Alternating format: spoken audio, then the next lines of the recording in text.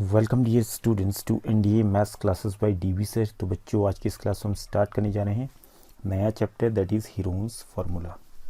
Okay, तो simple सा आपका ये चैप्टर है। तो स्टार्ट करते हैं आज की class without wasting much time with Heron's formula. Okay, तो जनरली आप छोटी क्लास से पढ़ते आ रहे हैं डिफरेंट डिफरेंट ट्राइंगल्स। ओके, और उनका एरिया निकालना।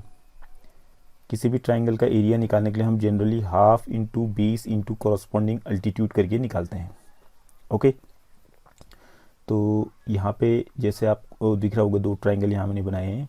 तो यहाँ पे ए बी सी, पहले वाले ट्राइंगल की बात करें तो area of triangle A B C के लिए हम क्या फॉर्मूला अप्लाई करेंगे जनरली, क्योंकि यहाँ पे बेस और कॉरस्पॉन्डिंग अल्टीट्यूड मालूम है तो हम सीधे हाफ इंटू बेस, आप ए बी या बी सी में से कुछ भी मान लें। अगर बी सी बेस मानेंगे तो ए बी कॉरस्पॉन्डिंग अल्टीट्यूड हो जाएगा, अगर ए बी को बेस मानेंगे तो बी सी कॉरस्पॉन्डिंग अल्टीट्यूड हो जाएगा।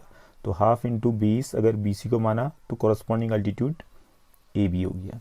ठीक है, अब दूसरे वाले ट्राइंगल में ये आपका सपोज करो यहाँ से मैंने परपेंडिकुलर ड्रॉ किया, ये आपका पी क्यू आर ट्राइंगल हो गया और ये आपका पी एम परपेंडिकुलर हो गया क्यू आर के ऊपर में। तो area of triangle P Q R निकालने के लिए आप क्या फॉर्मूला अप्लाई करेंगे, half into base into corresponding altitude. तो हाफ इंटू बेस यहाँ मजबूरी है हमारे लिए कि बेस हम क्यू आर को ही मानेंगे, क्योंकि क्यू आर के लिए कॉरस्पॉन्डिंग अल्टीट्यूड की लेंथ हमें यहाँ पे गिवन है। ओके, तो Q R into P M, half into base into corresponding altitude.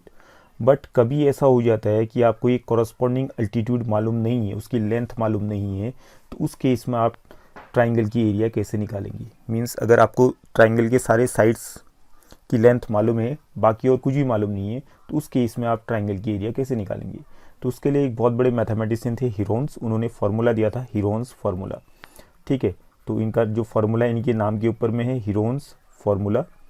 तो इस फार्मूले का यूज़ कब किया जाता है, जब हम किसी ट्राइंगल की सारी जितनी भी साइड्स हैं, 3 साइड्स, उनकी लेंथ हमें मालूम है। ओके, और हमें और कुछ मालूम नहीं है। सपोज कीजिए ये आपका एक ट्राइंगल है, this is a triangle. Okay, this is a triangle suppose A B C, और इस ट्राइंगल में हमें मालूम है बी सी की लेंथ ए है, ए सी की लेंथ बी है और ए बी की लेंथ सी है। अगर हमें ये मालूम है कि ए बी की लंबाई जो है सी यूनिट से, बी सी की लंबाई ए यूनिट से और ए सी की लंबाई बी यूनिट से, और कुछ ये मालूम नहीं है, तो इस केस में हम हीरोन्स फार्मूला का यूज़ करते हुए ट्राइंगल का एरिया कैसे निकालेंगे। तो इसके लिए सीधे सीधे हीरोन्स ने फार्मूला दिया था, area of triangle A B C will be equal to square root of S S minus A S minus B S minus C. Square root निकालना आपको आता ही है। अब यहाँ पे केवल समझने वाली बात है, ए बी सी आपको समझ में आएगा। ए माने जो आपका बी सी है उसकी लंबाई, बी माने ए सी की लंबाई और सी माने ए बी की लंबाई। अब यहाँ पे एस क्या है, S is semi perimeter of triangle A B C. S का मतलब हो गया सेमी पेरीमीटर, जिसको हम स्मॉल एस से डिनोट करते हैं, इज इक्वल टू, तो अगर पेरीमीटर का मतलब क्या होता है, सभी साइड्स का सम, तो सेमी पेरीमीटर का मतलब क्या हुआ, उसका आधा। सेमी माने आधा, तो ए प्लस बी प्लस सी, ये तो पेरीमीटर हो गया। अगर मैं सारे के सारे जो साइड से उनको ऐड कर दूं तो पेरीमीटर निकल जाएगा, और इसी को आधा कर दूं, डिवाइड कर दूं 2 से, ये हो गया आपका सेमी पेरीमीटर। ओके, तो इस फॉर्मूले का यूज़ करते हुए यहाँ पे पहले आप एस निकालेंगे, सेमी पेरीमीटर निकालेंगे, उसके बाद स्क्वायर रूट के अंदर ये सारी वैल्यू पुट अप करके एरिया ऑफ ट्राइंगल निकाल सकते हैं। ओके, तो फॉर द सेशन 2021 आपका सेकेंड वाला जो एक्सरसाइज है एरिया ऑफ क्वाड्रिलेटरल्स, वो डिलीट कर दिया गया है, तो उसको हम डिस्कस नहीं करेंगे। हम पहली एक्सरसाइज को डिस्कस करते हैं, स्टार्ट करते हैं आज की class with exercise, first exercise of this Heron's formula. Okay, with question number 1।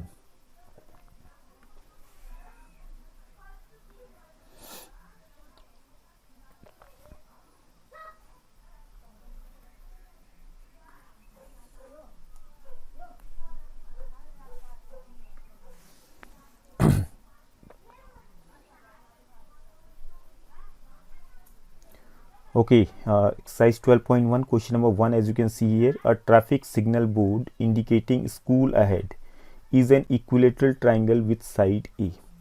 Find the area of the signal board using Heron's formula if its perimeter is 180 centimeter. What will be the area of the signal board? तो signal board यहाँ पे बना हुआ है, उसमें लिखा हुआ है स्कूल अहेड, और सिग्नल जो बोर्ड है उसका शेप कैसा है, इक्विलेटरल ट्राइंगल की शेप का। ये आपका इक्विलेटरल ट्राइंगल हो गया। Okay, this is an equilateral triangle. Suppose इसका नाम देते हैं A B C, equilateral triangle हो गया। इसकी सभी की सभी जो साइड हैं वो ए यूनिट्स की हैं, ए ए ए। ओके, तो यहाँ पे हमें गिवन है पेरीमीटर इज़ 180 सेंटीमीटर, तो ए की वैल्यू हमें मालूम नहीं है यहाँ पे, तो यहाँ perimeter of triangle A B C is equal to हमें गिवन है कितना, 180 सेंटीमीटर। तो पेरीमीटर ऑफ दिस ट्राइंगल क्या हो जाएगा, ए प्लस ए प्लस ए, 3a हो गया। 3a is equal to 180 centimetre. A की वैल्यू आ जाएगी 180/3, दैट इज 60 सेंटीमीटर। ओके, तो ए की वैल्यू आ गई 60 सेंटीमीटर। अब आपने एरिया ऑफ इक्विलेटरल ट्राइंगल निकालना है, तो इसके लिए हीरोन्स फार्मूले से डायरेक्ट इसका नया फार्मूला बन जाता है area of triangle A B C. तो ये आप फार्मूला याद कीजिएगा, √3/4 इंटू ए का स्क्वायर। ये फार्मूला हीरोन्स फार्मूला से ही डिराइव किया गया है, अभी हम इसको डिराइव भी करेंगे आपके सामने में। ओके, तो ये फार्मूला आप याद कीजिएगा, √3/4 ए स्क्वायर। ये किसका होता है, formula area of equilateral triangle. Okay, तो √3/4 इंटू ए आपका 60 था, 60 का स्क्वायर हो गया 3600, और 4 से कैंसिल हो रहा है, 4 9 36, तो ये आपका आंसर हो चुका है 900√3 स्क्वायर सेंटीमीटर। तो सिग्नल बोर्ड का एरिया इतना है, √3 की वैल्यू यहाँ पुटअप करेंगे तो और अप्रॉक्सीमेट आंसर आपका आ जाएगा। ओके, अब देखिए मैं कह रहा था आपको √3/4 ए square area of equilateral triangle कैसे बना। सपोज यहाँ पे जो ट्राइंगल बना है ऊपर हमने बना रखा ऑलरेडी ए बी सी, तो इसको देखिए आप, एरिया सबसे पहले हम सेमी पेरीमीटर में निकालेंगे, ए प्लस बी, बी की जगह पे भी यहाँ पे ए ही है, प्लस सी, तीनों साइड का सम अपॉन 2, तो 3a/2 हो गया, 3/2a। तो यहाँ से आ गया 3/2, चलो 3/2a है, इतना ही रहने दीजिए इसको। अब एरिया ऑफ ट्राइंगल आ जाएगा root of S, S minus A, S minus B, S minus C. ये हीरोन्स फॉर्मूला हमने लगा दिया। ठीक है, तो यहाँ पे एस की वैल्यू कितनी थी, 3a/2, 3a/2 लिख दिया यहाँ पे, एस की जगह पे 3a/2 माइनस ए, 3a/2 माइनस बी, बी की जगह पे ए आ जाएगा क्योंकि बी भी आपका ए के बराबर में है। ओके, और 3a/2 माइनस सी की जगह पे भी ए आ जाएगा। अब इसका स्क्वायर रूट आपने निकालना है, पहले तो इसको एलसीएम लेके इनको घटाइए जो ब्रैकेट के अंदर से। ठीक है, तो 3a/2 यहाँ एलसीएम लेंगे तो कितना आएगा, 2a, 3a minus 2a/2, that means a/2 आ जाएगा। घटाने के बाद एलसीएम लेने के बाद ये आ जाएगा आपका, ये भी a/2 आ जाएगा, ये भी आपका a/2 आ जाएगा। तो यहाँ पर आप देखिए पेयर बन रहे हैं। पेयरिंग अगर देखें तो ए का एक पेयर ये हो गया, ए का दूसरा पेयर ये हो गया, दैट मीन्स ए इंटू ए बाहर आ गया, और 2 के भी 2 पेयर बने हैं, एक ये एक ये, तो 2 2 या 4 बाहर हो गया, that means A into A square बाहर, और 2 इंटू 2 4 बाहर। अब रूट के अंदर केवल किसका पेयर नहीं बचा था, √3 का। √3 का कोई पेयर ही नहीं बना, तो ये आपका फॉर्मूला तैयार हो चुका है। √3/4 पहले लिख दो, ए स्क्वायर बाद में लिख दो, तो ये आपका आ गया area of equilateral triangle using Heron's formula. Okay, तो ये फार्मूला आपने वैसे भी याद करना है, किसी भी इक्विलेटरल ट्राइंगल का एरिया कितना होता है, √3/4 ए square. Now come to the next question, question number 2। The triangular side walls of a flyover have been used for advertisements. The sides of the walls are 122 meter, 22 meter and 120 meter. See figure 12.9. Okay, the advertisements yield an earning of rupees 5,000 per square meter per year. A company hired one of its walls for 3 months. How much rent did it pay?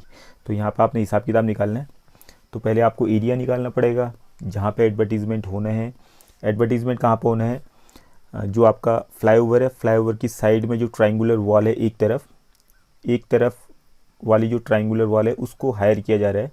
ठीक है, 3 महीने के लिए। तो 3 महीने के लिए कितना रेंट पे करेगा वो हिसाब किताब तो बाद में करेंगे हम, पहले हम इसके एरिया निकालनी पड़ेगी। जैसे मैंने यहाँ पर रेड कर दिया, ये आपको दिख रहा होगा, तो ये आपका ट्राइंगुलर वॉल इन्होंने ले लिया ऐड के लिए।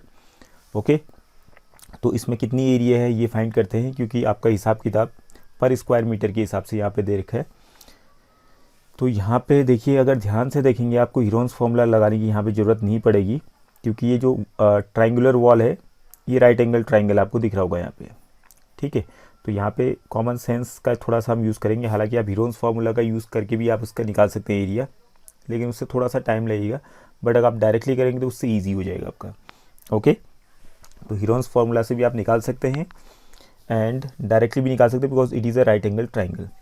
तो यहाँ पे हम सबसे पहले निकालते हैं area of the triangular wall. Area of the triangular wall is equal to half into base, base आपका दिख रहा होगा 120 इंटू कॉरस्पॉन्डिंग एल्टीट्यूड 22 हो गया, 2 से इसको काटिए 11 टाइम्स, ठीक है। तो 12 इंटू 11 कितना हो जाएगा आपका 2310, 120 इंटू 11 हो गया 1320 स्क्वायर मीटर। तो ये area of the triangular wall आ चुका है। ओके, अब इसके बाद हिसाब किताब करना है हमने। तो यहाँ पे 1 स्क्वायर मीटर का 1 साल के लिए जो आपका है उससे अर्निंग कितनी होती है 5000 रुपये की। 1 साल का मतलब 12 मंथ्स, ठीक है। तो यहाँ पे हमने कितने महीने के लिए कितने महीने का निकालना है, 3 मंथ्स का निकालना है, कितना कंपनी को रेंट देना पड़ेगा अगर वो दीवार लेती है, इस ट्राइंगुलर वॉल को लेती है एडवर्टीज़मेंट के लिए। तो यहाँ पे सिंपल सा फंड है, देखिए आप, अब लिखता हूँ मैं 1 स्क्वायर मीटर, तो यहाँ लिख देते हैं रेंट फॉर 1 स्क्वायर मीटर, पर स्क्वायर मीटर का मतलब हो गया 1 स्क्वायर मीटर फॉर 1 ईयर, 1 साल के लिए कितना रेंट गिवन है ₹5000। ये क्वेश्चन में गिवन है। ओके, तो क्वेश्चन में लिखा हुआ है ₹5000 per square meter per year. तो rent for 1 square meter for 1 year is इतना। अब यहाँ पे कितना स्क्वायर मीटर इसका एरिया है 1320, तो rent for 1320 square meter for 1 year, पहले 1 साल के लिए निकालते हैं, तो आपका आ जाएगा 1320 इंटू 5000, ठीक है। तो यहाँ से अगर आप मल्टीप्लाई करेंगे, चलो मल्टीप्लाई बाद में भी कर सकते हैं हम लोग, इसको रुपीज़ में आपका ये आ जाएगा। लेकिन हमने 1 साल के लिए तो हिसाब नहीं निकालना है, आपने हिसाब निकालना है 3 मंथ्स का। ओके, क्योंकि 1 साल के लिए कंपनी ने 1 साल के लिए नहीं ले रखी है दीवार, उनने केवल 3 मंथ्स के लिए ले रखी है। तो 1 ईयर का 3 मंथ कितना होता है, अगर 1 ईयर को अगर 3 मंथ्स में डिवाइड करेंगे तो 1 ईयर में कितने 3 मंथ्स होते हैं। तो 1 साल अगर ये पूरा है, ये अगर 1 ईयर है, ठीक है, या इसको लाइन से डिनोट करते हैं। सपोज़ कीजिए ये आपका 1 ईयर है।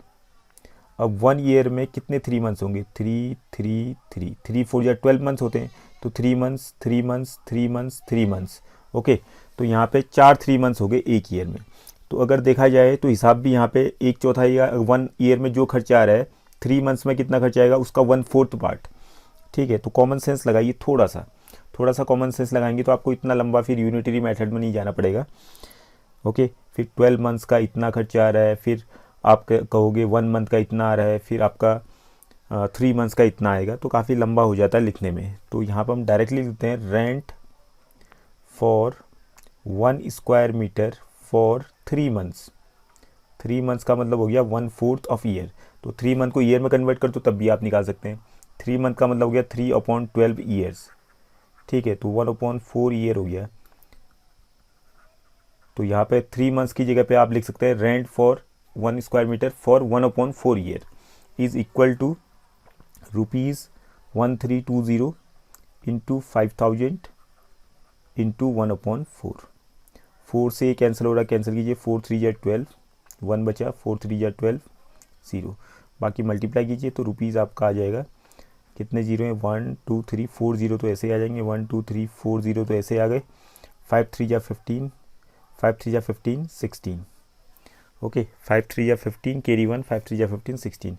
तो यहाँ पे कितना आ गया, यूनिट 10 100,000 10,000 लाख 10 लाख 16 लाख 50,000, ये आपका खर्चा आ गया total. Okay, hope this is clear.